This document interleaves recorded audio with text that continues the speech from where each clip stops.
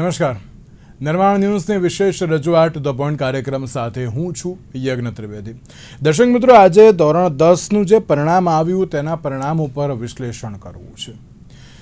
જે પ્રમાણેનું પરિણામ તો સામે આવ્યું, ક્યાંક સવાલ એ થતો હોય છે કે અત્યારે કેમ આ પ્રકારનું પરિણામ. ચલો, ઘણા બધા સારી રીતે પાસ થયા, એ સારી એવી બાબત છે, આપણે એને બિરદાવી પણ જોઈએ. પણ શહેરનો દર 5મો વિદ્યાર્થી અત્યારે નાપાસ થતો હોય ત્યારે સવાલ થતો હોય છે. શહેરમાં ક્યાંક ગુણવત્તા સભર શિક્ષણ હજુ પણ જોવા મળતું નથી, એવી બાબત પણ અત્યારે તો જે જોવા મળી રહ્યું છે. અને માત્ર ને માત્ર આ તો અમદાવાદ શહેરની વાત આવે છે, પણ તેની સાથે સાથે જ્યારે આપણે ગુજરાતની વાત કરવામાં આવે તો ગુજરાતમાં પણ અલગ અલગ જે શાળાઓ છે કે તેના પરિણામને લઈને ઘણા બધા સવાલ જોવા મળતા હોય છે. આપણે દર વખતે ધોરણ 12 અને ધોરણ 10ની આપણે વાત કરતા હોઈએ છીએ. એ સમયે જ્યારે પણ દાહોદ હોય કે છોટાઉદેપુર હોય ત્યાંનું જે શિક્ષણ છે તેમાં અત્યારે તો જે ઘટાડો જે સતત જોવા મળતો હોય છે. ક્યાંક જામનગરનું અત્યારે તો જે સારામાં સારું શિક્ષણ જોવા મળે છે, પરંતુ અન્ય અત્યારે તો જે એમ કહેવાય ને કે શહેરનું કે પછી જિલ્લાનું જે સારું નથી અત્યારે જોવા મળતું. સવાલ ઘણા બધા હોય છે કે કેમ આ પ્રકારની પરિસ્થિતિ. ત્યારે એક જ બાબત અત્યારે તો જે ચર્ચાતી હોય છે કે અત્યારના સમયમાં શું શિક્ષણ વ્યવસ્થામાં અત્યારે તો કોઈ ફેરફાર કરવો એ બહુ જરૂરી છે, અને ફેરફાર કરવો હોય તો કયા પ્રકારનો ફેરફાર કરવો બહુ જરૂરી છે તેની ઉપર ચર્ચા વિચારણા કરવી છે. અને આ મુદ્દા ઉપર ચર્ચા વિચારણા કરવા માટે અમારી સાથે જોડી ગયા છે ડૉક્ટર વિજય ઠક્કર કે જેઓ શિક્ષણવિદ છે, અને ધવલભાઈ પાઠક કે જેઓ શિક્ષણવિદ છે. આ બંનેનું સૌથી પહેલાં તો સ્વાગત છે. ધવલભાઈ, જ્યારે આપણે અમદાવાદ શહેરની જે આ બાબત જે સામે આવી છે કે શહેરનો દર 5મો વિદ્યાર્થી અત્યારે હાલ તો નાપાસ જોવા મળી રહ્યો છે. અલગ અલગ શાળાઓની બાબત સામે આવી છે, સરખામણીની પણ બાબતો અત્યારે સામે આવી છે કે 4% ઓછું અત્યારે હાલ તો જે પરિણામ પણ જોવા મળી રહ્યું છે. 3 જેટલી સ્કૂલમાં પરિણામ ક્યાંક 0 પણ અત્યારે તો જે જોવા મળી રહ્યું છે. કઈ રીતે જોઈ રહ્યા છો આ પરિણામને? સૌથી પહેલા તો આપ. ધન્યવાદ. સૌથી પહેલા તો ધોરણ 10 અને 12ના વિદ્યાર્થીઓ જેઓના બોર્ડ રિઝલ્ટ આવ્યા છે, જેઓએ ખૂબ મહેનત કરી છે, તે તમામ વિદ્યાર્થીઓને ખૂબ ખૂબ શુભેચ્છા, સહ અભિનંદન.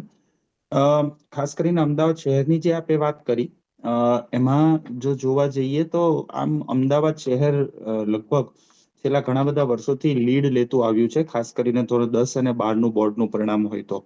પણ આ વર્ષે જેમ આપણે વાત કરી એમ પરિણામ છે એ comparatively as compare to other district, એ સ્વાભાવિક રીતે અમદાવાદ એક મેગા સિટી તરીકે જો આપણે લઈએ તો એ પરિણામને આપણે ઓછું ગણી જ શકાય. અને આની અંદર એક તો સૌથી પહેલા આપણે શાળા વાઇઝ જે પણ શાળાઓનું પરિણામ ઓછું આવ્યું છે એનો થોડો આપણે સર્વે છે એ કરવો પડે. અત્યાર સુધી એવું કહેવાતું હતું કે ગણિત અને વિજ્ઞાન એનું જે પરિણામ હોય એ જ પરિણામ શાળાનું પરિણામ હોય, કે ઇવન તો એવું પણ કહી શકીએ કે બોર્ડનું પરિણામ હોય. તો ગણિતમાં જોવા જઈએ તો સ્વાભાવિક રીતે અપેક્ષિત હતું કે સ્ટાન્ડર્ડ મેથ્સની અંદર વિદ્યાર્થીઓનું પરિણામ સારું જ આવશે, કેમ કે સ્ટાન્ડર્ડ મેથ્સ છે એ સ્વાભાવિક રીતે એને પસંદ કરનારો વિદ્યાર્થી છે એ કમ્પેરેટિવલી જે કોન્ફિડન્ટ હોય છે મેથ્સમાં, એ સ્ટાન્ડર્ડ મેથ્સ એને પસંદ કરતો હોય છે. જ્યારે બેઝિક મેથ્સનું પરિણામ આપણે જોવા જઈએ તો 82 થી 83% આસપાસ આવ્યું છે. એટલે ખાસ કરીને ગણિત વિષયની અંદર અને ત્યારબાદ વિજ્ઞાન વિષયની અંદર વિદ્યાર્થીઓ વધુ નાપાસ થયા છે. અમદાવાદ શહેરની અંદર પણ આ જ બાબતો જે છે એ ગણિત અને વિજ્ઞાન વિષયની અંદર બની છે. વિશેષ કરીને સૌથી પહેલો એ ગણિત અને વિજ્ઞાન જેવા વિષયોની અંદર અપૂરતી પ્રેક્ટિસ એ સૌથી પહેલું મોટું કારણ છે, એ વિદ્યાર્થી કક્ષાએ ગણી શકાય. આમ પરિણામ કોઈ પણ બનતું હોય એની અંદર મુખ્ય 3 ફેક્ટર તરીકે આપણે વિદ્યાર્થી, વાલી અને શાળાનું શિક્ષણ, આ 3 ફેક્ટર આધારિત રિઝલ્ટ છે એ બનતું હોય છે. અને એમાંથી સૌથી પહેલા જે પણ શાળાની અંદર કામ કરાવવામાં આવે છે એના ફોલોઅપ તરીકે વિદ્યાર્થી છે એ એની અપૂરતી પ્રેક્ટિસ હશે, એનું અપૂરતું ફોલોઅપ હશે, ત્યારે સ્વાભાવિક રીતે એના પરિણામ ઉપર અસર થવાની છે. બીજા ફેક્ટર તરીકે શાળા કક્ષાએથી શું ખરેખરની અંદર પૂરતા શિક્ષકો, જે પણ શાળાનું રિઝલ્ટ ઓછું આવ્યું છે એના પૂરતા શિક્ષકો એ શાળામાં હતા કે કેમ, આ પણ એક ચિંતાનો વિષય છે. આપે જે અત્યારે વાત કરી એમાં પ્રિન્ટ મીડિયામાં આજના ન્યૂઝપેપરમાં મેં વાંચ્યું તો એમાં આ પણ બાબતો ધ્યાન ઉપર આવી છે કે અમુક શાળાની અંદર બિલકુલ એક જ શિક્ષક, ક્યાં તો એક જ આચાર્ય છે એ હતા. તો આ ગંભીર ચિંતાનો વિષય કહેવાય. એ એક જ શિક્ષક કે એક જ આચાર્ય તરીકે પણ એ એક જ હોય સાથે સાથે એને પેરેલલ ઘણા બધા એડમિનિસ્ટ્રેટિવ કામ પણ રહેતા હોય છે. તો એની અંદર ખરેખરની અંદર એ બાળકોને કેવી રીતે ન્યાય આપી શકશે, અને એ પણ પાછા આટલા બધા વિષયો ભણાવવાના હોય. તો અને એમાં પણ ગણિત વિજ્ઞાન જેવા વિષયોની અંદર પૂરતું સંતોષજનક શૈક્ષણિક કાર્ય કરાવવું એ વધારે પડકારજનક એ શિક્ષક કે આચાર્ય કક્ષાએ બની જતું હોય છે. તો આવું આ સૌથી મોટું કારણ એ મારી દ્રષ્ટિએ હોઈ શકે છે. ત્યારબાદ ખરેખરની અંદર શાળાઓની અંદર પૂરતું બિન શૈક્ષણિક મહેકમ, એટલે કે બિન શૈક્ષણિકમાં મુખ્યત્વે ક્લર્ક પૂરતા છે કે કેમ? કેમ કે જો પૂરતા ક્લર્ક ન હોય અને ક્લર્કનું કામ જે પણ કોઈ હોય, કેમ કે આપણી રાજ્ય સરકારની ઘણી બધી સરસ યોજનાઓ, નમો લક્ષ્મી, નમો સરસ્વતી થી માંડીને યુડાએસ પ્લસ, એસએસએ થી લઈ, સીટીએસ ની અંદરની કામગીરીથી લઈને ડ્રોપ આઉટની કામગીરીથી લઈને ઘણી બધી કામગીરી, વહીવટી કામગીરીઓ રહેતી હોય છે. હવે જો શાળામાં ખરેખરમાં પૂરતા ક્લર્ક નહીં હોય તો આ બધી જ કામગીરી છે એ શિક્ષકના ભાગે જશે. અને જો શિક્ષકના ભાગે કામગીરી જશે તો સ્વાભાવિક રીતે એની ક્યાંક ને ક્યાંક ક્લાસરૂમની અંદર એની એકેડેમિક ઇમ્પેક્ટ રહેવાની, એની અસર વિદ્યાર્થીઓ ઉપર, એના શિક્ષણ પર આવવાની. આ પણ સૌથી મોટું ફેક્ટર છે. એટલે આ પણ સૌથી અગત્યના વિષય તરીકે આપણે ધ્યાન પર લેવો જોઈએ. અને ત્રીજું, ખાસ કરીને વાલીની નિષ્ક્રિયતા જો ક્યાંક હશે, પૂરતું શાળા સરસ કામ કરતી હોય, ક્યાંક વિદ્યાર્થીઓ છે એમની ઉંમર અને મેચ્યોરિટી મુજબ કામ કરતા હોય, પરંતુ વાલી છે કરે, પેરેન્ટ્સ છે, એમને પૂરેપૂરું ફોલોઅપ નહીં લીધું હોય અને નાની મોટી બાબતો છે એમાં સેન્સિટિવિટી એમની નહીં રાખી હોય પોતાના સંતાન પ્રત્યેની. પોતે હવે શહેરોમાં વર્કિંગ કપલ ઘણા બધા થઈ ગયા છે અને પૂરતો સમય પોતાના સંતાનને નથી આપી શકતા. તો આવા કેસની અંદર 10મા ધોરણનું બાળક એ જ્યારે ટીન એજમાં હોય છે, ટીનેજર્સ હોય છે, ત્યારે એની ઇમેચ્યોરિટી, ક્યાંક ઓવર સ્ક્રીન ટાઈમ, આ બધાના કારણે ક્યાંક રિઝલ્ટ ઉપર એની ઇમ્પેક્ટ થતી હોય છે. જો પેરેન્ટ્સનો પૂરતો સમય એ પોતાના સંતાન જોડે વધારે હશે તો ક્યાંક ને ક્યાંક એ સંતાન જે છે એ આ બધી બાબતોથી દૂર રહી શકશે અને સારું પરિણામ લાવી શકશે.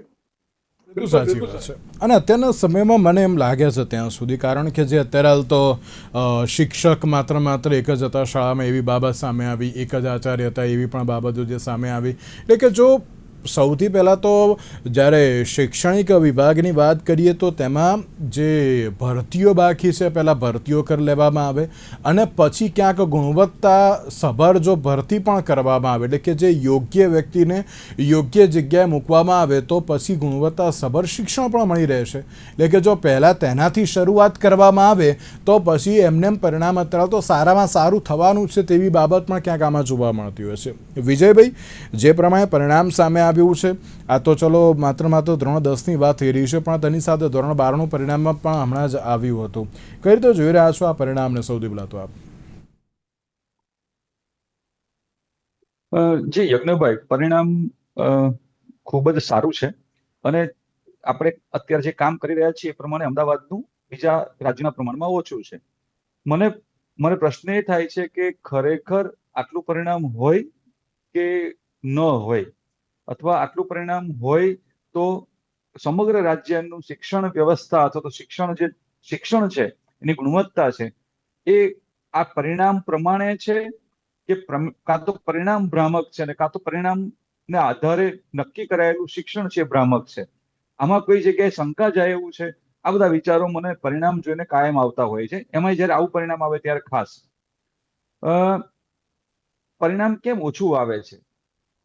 આમ તો મુખ્ય કારણો એક આપણે જોઈએ ને તો શું થાય છે કે સરકાર ફરજિયાતપણે આ જે પરિણામ ઓછું આવ્યું છે બધી જ લગભગ સરકારી કે ગ્રાન્ટેડ શાળાઓ હશે, તો પરિણામમાં સરકાર દ્વારા ફરજિયાતપણે એવું કહેવામાં આવે કે એક પણ બાળક ડ્રોપ આઉટ થવો જોઈએ નહીં. મતલબ કે જે બાળક 8મું પાસ થયો છે એને કોઈ પણ ભોગે 9મામાં અંદર લઈ જવાનું. હવે એ બાળક 9મામાં આવે અને 9મામાં આવ્યા પછી તમારે એને પાછો લેફ્ટ નહીં કરવાનું, કારણ કે લેફ્ટ કરે અથવા તો કાઢી મૂકે તો સંખ્યાના પ્રશ્નો થાય, ઓવરસેટઅપના પ્રશ્નો થાય. એટલે એમ એને 10મામાં લઈ જાય અને પછી એ વિચારે કે ભગવાન ભરોસે જેટલું થાય એટલું, કંઈક આડું અવડું થશે તો મે બી પાસ થઈ પણ જશે. આવી વિચારીને કેટલા બધા વિદ્યાર્થીઓ આવી રીતે 10મા સુધી પહોંચતા હોય છે.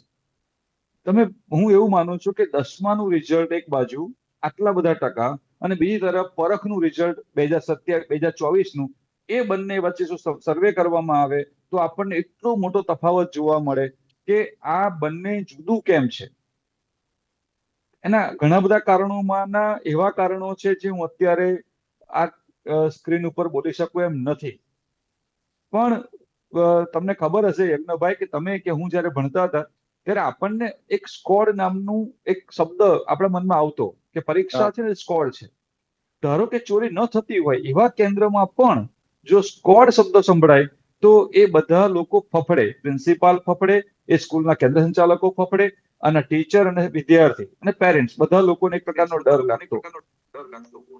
હા, અત્યારે સ્થિતિ એવી છે કે આપણે સ્કોડ જેવો શબ્દ સાવ નીકળી ગયો છે અને આપણે આ પરીક્ષામાં થોડા બિંદાસ બન્યા છીએ. અને આ એક રિઝલ્ટ છે, એનું મુખ્ય કારણ મને લાગે છે કે આમાં 10-15% રિઝલ્ટ અપ થઈ શક્યું હોય. બાકી શિક્ષકની ગેરહાજરી, શિક્ષકની અછત, શિક્ષકની ઉણપો, અલગ અલગ કામની વિવિધ પ્રકારની વિશિષ્ટ જવાબદારી, આ બધાની વચ્ચે આ પરિણામ આવ્યું છે. તો હું એવું માનું છું કે આ સંતોષજનક પરિણામ મને લાગે છે. જી બિલકુલ બિલકુલ. ધવલભાઈ, એક સવાલ મારે એ પણ આપને પૂછવો છે કે નબળું પ્રદર્શન કરતી શાળાઓમાં અત્યારે વધારો થયો છે. ચલો, ક્યાંક આપણે ગુણવત્તાસભર શિક્ષણની તો વાત કરતા, પણ નબળું પ્રદર્શન કરતી શાળામાં વધારો થાય એ કે સવાલ છે. ઘટાડો થાય તો ચલો આપણે ક્યાંક એવું પણ કહીએ કે ના, અત્યારે તો સારામાં સારી બાબત પણ છે, પણ આ તો વધારો અત્યારે તો થયો છે. તેને તમે કઈ રીતે જોઈ રહ્યા છો? જી વિજયભાઈ, આપને કંઈ કહેવું છે? હા, એટલે મને મને એમ કેવું લાગ્યું કે મને તમે પ્રશ્ન પૂછ્યો છે કે આ ઘટાડો કેમ થયો છે, પણ ઓકે, ધવલભાઈને પૂછ્યો પછી હું વાત કરીશ. જી ધવલભાઈ. હા, આ બધા ખરેખરમાં માઇક્રો લેવલ પરના વિષયો છે. મારા આ વર્ષની અંદર ખરેખરમાં ધોરણ 10 કે ધોરણ 12 ની અંદર કેટલા અને કયા કયા વિદ્યાર્થીઓએ આવ્યા છે, અને એ વિદ્યાર્થીઓમાં પણ એ સ્પેસિફિકલી એ કયા વિષયમાં નબળા છે, એ સૌથી પહેલા વર્ષની શરૂઆતમાં જ મારે આઈડેન્ટિફાઈ એઝ અ ટીચર તરીકે એ કરવા જોઈએ. તો મને એ વર્ષની શરૂઆતથી જ ખબર પડશે કે મારે આને કયા વિષયમાં અને કઈ રીતે એને મારે આગળ લઈ જવાનો છે. અને આ વર્ષની શરૂઆતથી કામગીરી થાય તો જ એ જ્યારે ફેબ્રુઆરીની અંદર એક્ઝામ આવે ત્યાં સુધીમાં એને આપણે યોગ્ય રીતેનું એનું પરિણામ અને યોગ્ય રીતેની જોડેથી આપણે અપેક્ષાઓ રાખી શકીએ. પરંતુ આની અંદર એક જેને કહેવાય સાયકલ, કોર્સ કમ્પ્લીશનની, કોર્સ પૂરા કરવા માટેની, સિલેબસ કમ્પ્લીટ કરવા માટેની એક સાયકલમાં આપણે આવી જઈએ. 50 કે 60 વિદ્યાર્થીઓ હોય તો એમાં ક્યાંક એ જે ખરેખરમાં જે આ રિઝલ્ટ જ્યારે નબળું આવતું હોય છે, તો આમ જોવા જઈએ તો વર્ગમાંથી 2 કે 3 વિદ્યાર્થીઓ મેક્સિમમ એ ફેલ થતા હોય છે. 3 વર્ગો હોય તો એ રીતે આ 9 થી 10 વિદ્યાર્થીઓ ફેલ થયા હોય એવું, તો એ ખરેખરની અંદર એ વિદ્યાર્થીઓ જે એકેડેમિકલી જેની રિક્વાયરમેન્ટ છે, તો એ વિદ્યાર્થીઓ ખાસ કરીને ધ્યાન બહાર નીકળી જતા હોય છે. પહેલી ટેસ્ટ આવે, પહેલી ટેસ્ટની અંદર પણ અલાર્મ વાગતો હોય છે કે આ વિદ્યાર્થીઓ ફેલ થયા છે. ત્યારે પણ એના પેરેન્ટ્સ જોડેનો જો સંવાદ થઈ શકે, ત્યારબાદ વિદ્યાર્થીની જોડે સ્પેસિફિકલી જે વિષયની અંદર એનું નબળું પરિણામ આવ્યું છે એની જોડે ચર્ચા થઈ શકે, અને એની એ મુજબની એની જોડે એનું પૂરતું ફોલોઅપ જો થઈ શકે તો સેકન્ડ એક્ઝામ જ્યારે આવે ત્યારે એમાં ઇમ્પ્રુવાઇઝેશન આવે. અને ત્યારબાદ સેકન્ડ એક્ઝામ પછી પણ અંદાજિત 1 થી 1.5 મહિના જેટલો સમય છે એ બોર્ડની એક્ઝામ માટે રહેતો હોય છે. તો એ 1.5-1.5 મહિનાની અંદર ફરી પાછું પેપર્સ લખાવીને એના એ જે તે વિષય જે નબળો છે એની અંદર પૂરેપૂરું ફોલોઅપ કરાવીને કામગીરી કરી શકાય. જે આપે પ્રશ્ન પૂછ્યો કે આ ખરેખરની અંદર ગુણવત્તાસભર શિક્ષણ આ શાળાઓમાં સારું થવાના બદલે ઘટ્યું, તો આ શાળાઓએ ખરેખરમાં શું આ રીતે કામ પોતાના વિદ્યાર્થીઓ જોડે લીધું હતું? આ પ્રશ્ન સૌથી અગત્યનો છે. આ માઇક્રો લેવલ પરનું જો ફોલોઅપ લેવામાં આવે, અને વિશેષ કરીને રેગ્યુલરલી અમારી પીટીએમ ની પણ જોગવાઈ હોય છે, તો પેરેન્ટ્સ ટીચર્સ કમ્યુનિકેશન રેગ્યુલરલી થતું રહે એના સંતાન બાબતનું, વિદ્યાર્થી બાબતનું, તો મારી દ્રષ્ટિએ હું માનું ત્યાં સુધી ઘણા બધા સુધારા, સારા સકારાત્મક પરિણામો છે એ જોવા મળી શકે છે. એક આપે યજ્ઞભાઈ પ્રશ્ન પૂછ્યો હતો કે ધોરણ 12 નું પણ સાથે સાથે પરિણામ છે એ શા માટે નબળું આવી રહ્યું છે. એની અંદર એક ગંભીર અને ચિંતાજનક વિષય છે, અને એ છે સ્પર્ધાત્મક પરીક્ષાઓ. જેઈઈ અને નીટ અને ગુજકેટ, ખાસ વિશેષ કરીને સાયન્સમાં આ પરીક્ષાઓ છે, વિદ્યાર્થીઓ એમાં એડમિશન લેવા માટે, કેમ કે એ 100% એના પર ડિપેન્ડન્સી હોય છે. ગુજસેટની અંદર ક્યાંક ને ક્યાંક ધોરણ 12 સાયન્સ બોર્ડના રિઝલ્ટ સાથે હોય છે એના પર્સન્ટેજ. પણ એવી ગંભીર બાબતો પણ શાળા કક્ષાએ ધ્યાનમાં આવી છે. સામાન્ય પ્રવાહની અંદર પણ વાત કરું છું. વિજ્ઞાન પ્રવાહમાં તો આ સ્પર્ધાત્મક પરીક્ષાઓ છે એની એક ઇમ્પેક્ટ, નેગેટિવ ઇમ્પેક્ટ છે એ બોર્ડ રિઝલ્ટ ઉપર થઈ રહી છે, કે જેની અંદર આવું જોવા મળ્યું કે વિદ્યાર્થીઓ ફૂલ્લી આ જ કોમ્પિટિટિવ એક્ઝામ, JEE, નીટ કે ગુજકેટ, એના માટે જ પ્રિપેરેશન કરતા હોય છે. અને આ ત્રણેય એક્ઝામ જે છે એ પછી OMR બેઝ છે, MCQ બેઝ એક્ઝામ છે. એટલે ડિસ્ક્રિપ્ટિવમાં વિદ્યાર્થીઓ પૂરતી પ્રેક્ટિસ નથી કરતા, અને એની ગંભીર અસર. અને એવા પણ ગત વર્ષે બનાવો બનેલા કે નીટ માટે વિદ્યાર્થી નીટમાં ખૂબ સારા પર્સન્ટેજ લઈ આવ્યો, પણ ધોરણ 12 સાયન્સની અંદર એક ક્વોલિફાય ન થઈ શક્યો. એને મિનિમમ 50% નીટમાં લાવવાના હોય છે નીટ એક્ઝામ માટે, મેડિકલ MBBS માં એડમિશન માટે, પણ એમાં ક્વોલિફાય જ ન થઈ શક્યો, કાં તો ફેલ પણ થયો છે. ગત વર્ષમાં અને એની આગળના વર્ષમાં આવા બનાવો છે એ પ્રિન્ટ મીડિયામાં પણ પ્રસારિત થઈ ચુક્યા હતા. એટલે વિદ્યાર્થીઓ જે છે એ બેલેન્સ ની અંદર ગુજરાત બોર્ડ અને આ competitive exam, even for that matter શાળાની અંદર વિદ્યાર્થીઓ એવું પણ સમજી બેસે છે ધોરણ 12 સામાન્ય પ્રવાહમાં કે શાળાની પરીક્ષાના ક્યાં કોઈ માર્ક ગણાય છે, એટલે આપણે શાળાની પરીક્ષા ન આપીએ તો પણ ચાલે. અને વિદ્યાર્થીઓ એવા આ શોકિંગ બાબત બનેલી છે કે વિદ્યાર્થીઓએ પેપર પૂરા નથી લખ્યા. ખાસ કરીને જે સેક્શન D અને E આવે કે જેની અંદર ડિસ્ક્રિપ્ટિવ લખાણ હોય છે, એ પૂરતા લખે નહીં. અને જ્યારે વિદ્યાર્થીને પ્રશ્ન પૂછી તો સર આ તો આમાં ક્યાં એવું ઇમ્પોર્ટન્સ આનું હોય છે એટલું બધું, તો અમે બોર્ડમાં લખી લઈશું. આવી પ્રકારની જે અમુક સાયકોલોજી નવી ડેવલપ થઈ છે વિદ્યાર્થીઓના માઇન્ડસેટમાં, એ પણ ક્યાંક ને ક્યાંક ચિંતાજનક વિષય હોય છે. પૂરેપૂરું પેરેન્ટ્સ અને એનું જોડે કે થોડું કાઉન્સિલિંગ કરીએ છીએ અને ત્યારબાદ પછી એના રિઝલ્ટ મળતા હોય છે, પણ આવી બધી ક્યાંક ને ક્યાંક નાની મોટી બાબતો પણ ઇમ્પેક્ટફુલ રહેતી હોય છે. બિલકુલ બિલકુલ સાચી વાત છે. અને એટલા જ માટે અત્યારે સવાલ ઘણા બધા થતા હોય છે. વિજયભાઈ, આપણે જ્યારે આપણે આખા ગુજરાતની વાત કરીએ તો આ તો એક માત્ર અમદાવાદની જે બાબત આવી છે. ગુજરાતમાં પણ અત્યારે નબળો શિક્ષણનું પ્રમાણ વધ્યું છે. તો હવે તેની પાછળના આ પણ કયા મહત્ત્વના અને મૂળભૂત કારણો જોઈ શકો છો? કારણ કે અત્યારના સમયમાં હવે આંકડા ઉપર ફોકસ કરવાની હવે જરૂર જ નથી. હવે અત્યારના સમયમાં ક્યાં ગુણવત્તા ઉપર ફોકસ કરવું એ બહુ જરૂરી છે. ચલો, આપણે દાહોદ અને છોટાઉદેપુરનું દર વખતે જે ઓછું રિઝલ્ટ આવે છે તેમાં તો આપણે ક્યાંક એવું સમજી શકીએ છીએ કે ના, અત્યારે પછાત વિસ્તાર છે, એ લોકોને ક્યાંક ભણાવવા માટે શિક્ષકો તો જતા હશે, પરંતુ એ લોકો ક્યાંક સમજી નહીં શકતા હોય, કાં તો એ જતા હશે ત્યાં શિક્ષકોની એ બધી ઘણી બધી બાબતો ત્યાં તો ચલો જોવા મળે છે. પણ એવું લાગે છે કે ના, હવે ગુણવત્તાયુક્ત શિક્ષણ ઉપર ક્યાંક હવે રાજ્ય સરકારે વધારે પડતો ભાર મૂકવો પડશે તે? જી યજ્ઞભાઈ, એ ગુણવત્તા ઉપર ભાર મૂકવાનું શરૂ થઈ ગયું છે. અને આપને એ શબ્દથી પરિચિત હશો કે લર્નિંગ આઉટકમ પર સરકાર અને આખી તંત્ર ફોકસ કરી રહ્યું છે. અધ્યયન નિષ્પત્તિ એટલે કે બાળકને શીખવવામાં આવે છે એ તેના સુધી પહોંચે છે, અથવા તો શિક્ષક વર્ગમાં જઈને જે શીખવવા માંગે છે તે બાળક શીખ્યો કે કેમ, એ તેને આવડ્યું કે કેમ, માત્ર સાંભળ્યું કે કેમ એ નહીં, એને આવડ્યું કે કેમ. અને એ આવડવાનું પણ ખાલી યાદ રાખવા પૂરતું નથી, ખાલી નોલેજ અથવા તો ઇન્ફોર્મેશન પૂરતું નથી, પણ એમાંથી એની સમજણ કે એનું અર્થગ્રહણ કેટલા અંશે પ્રાપ્ત થયું છે એ ચેક કરવાનું કામ અથવા એ પ્રકારની વ્યવસ્થા ઊભી કરવાનું કામ શરૂ થયું છે. હમણાં જે પ્રાથમિક શાળાઓમાં જે પેપર લેવાય છે એમાં હવે ધીરે ધીરે 60% જેટલું વેઇટેજ એ એપ્લિકેશન બેઝ ક્વેશ્ચનમાં શરૂ થયું છે. પણ મુશ્કેલી ખરેખર એ છે કે એક બાજુ એપ્લિકેશન બેઝ સિસ્ટમ શરૂ થાય છે, બીજી તરફ આપણે ગોખવા ઉપર ભાર મૂકવાનું થાય છે.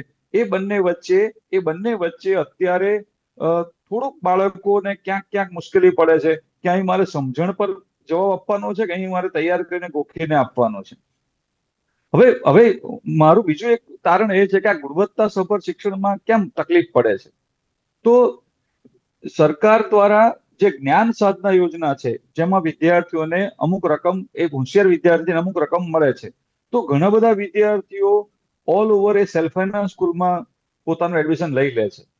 અને સરકારી શાળાઓમાં મોટે ભાગે શહેરની વાત નથી કરતો હું, તાલુકા પ્લેસની પણ વાત નથી કરતો, પણ શહેર અને તાલુકા સિવાયની શાળાઓ છે ત્યાં મુશ્કેલી એ છે કે 8મા ધોરણમાંથી 9મામાં આવતો બાળક છે એનું સ્તર, એનું લર્નિંગ આઉટકમનું એ 4થા-5મા જેવું હોય છે. આ સંખ્યા પૂરેપૂરી 100% નથી કહેતો હું, પણ આ સંખ્યા છે એ 50% બાળકો એવા હોય છે કે બૌદ્ધિક સ્તર અથવા તો એની જે લર્નિંગ આઉટકમનું સ્તર છે, જે કેટલી સિદ્ધિ પ્રાપ્ત થઈ છે, એ ચોથા પાંચમા ધોરણનું હોય છે. આ બધી બાબતો એવી છે કે જેને કારણે 9મા ધોરણમાં જ્યારે શિક્ષક પાસે એ બાળક આવે ત્યારે એ લખતા વાંચતા શીખવાડે કે એનો અભ્યાસક્રમ પૂરો કરે અથવા તો એના ચેપ્ટર પૂરા કરે. આ એવી પ્રકારની મુશ્કેલી છે. અને ઉપરાંત ઘણી બધી શાળાઓમાં ધારો કે શિક્ષકની અછત હોય તો એક સ્કૂલ એવી હોય જેમાં બે વર્ષથી ત્રણ વર્ષથી કોઈ શિક્ષક જ ના હોય એ વિષયનો. હવે ગણિતનો શિક્ષક ના હોય તો 9મામાં ના હોય, 10મામાં ના હોય, 2 વર્ષથી શિક્ષક રિટાયર થયા પછી ભરતી ન થાય તો એ વિદ્યાર્થીઓનું ગુણવત્તાનું લેવલ આપોઆપ ઘટવાનું છે. શાળા આખી આપોઆપ નીચે જવાની છે. ધીરે ધીરે સંખ્યા ઘટવાની છે અને સ્કૂલ બંધ થવાની છે. તો આવા પ્રકારના પ્રશ્નો જે સરકાર દ્વારા પણ અંદર જે ઉમેરાવા જોઈએ અથવા સરકાર દ્વારા જેમાં ભાગ ભજવવો જોઈએ એ પણ એક મહત્વનો મુદ્દો છે.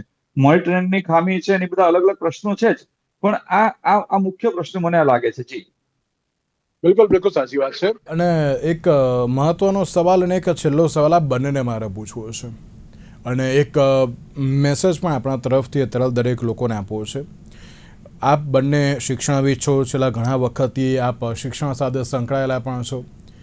ઘણીવાર એવી પરિસ્થિતિ જોવા મળતી હોય છે કે ના મા બાપ અત્યારે હાલ તો વિદ્યાર્થીઓની કમ્પેરિઝન કરતા હોય છે રિઝલ્ટને લઈને કે ભાઈ આને 96% આવ્યા તો તને કેમ નહીં. એક પ્રેશર ટેકનિક ક્યાંક જોવા મળતી હોય છે.